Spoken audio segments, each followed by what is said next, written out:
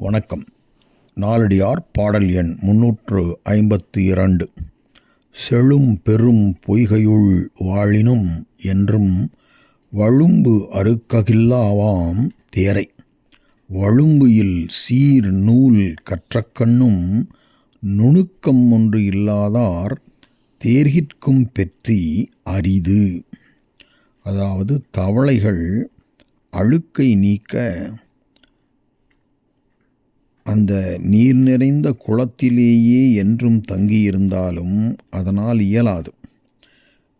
அந்த தவளைகளின் மீதுள்ள வழுவழுப்பான அழுக்கை போக்கிக் கொள்ள முடியாதனவாக அந்த தவளைகள் இருக்கும்.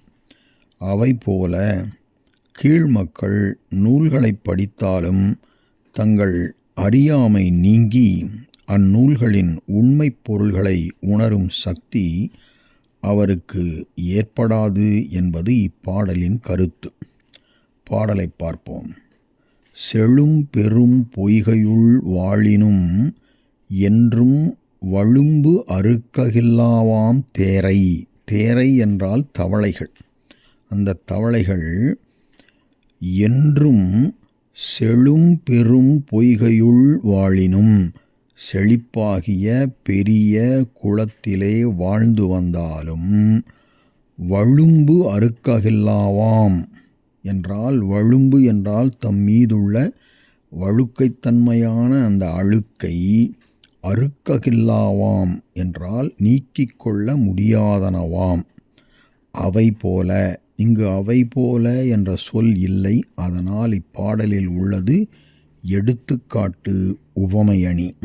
அவை போல வழும்பு இல் சீர் நூல் கற்றக்கண்ணும் என்றால், வழும்பு இல் என்றால் குற்றமற்ற சிறப்புள்ள நூல்களை, வழும்பு இல் சீர் நூல் கற்றக்கண்ணும்.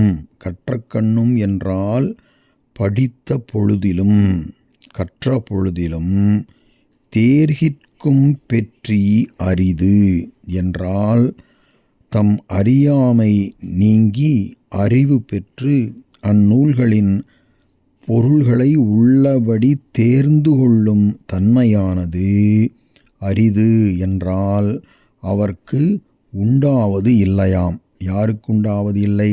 நுணுக்கம் ஒன்று இல்லாதவர்கள், நுட்பமான அறிவு இல்லாதவர்களுக்கு என்பது இப்பாடலின் பொருள்.